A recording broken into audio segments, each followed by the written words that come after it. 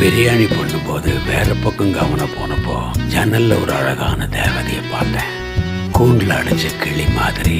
வாயிலில் மான் போலவே தூவானமாய் நின்றாளே, காட்சியில் காணாதொரு வானேகிய விண்மீனே.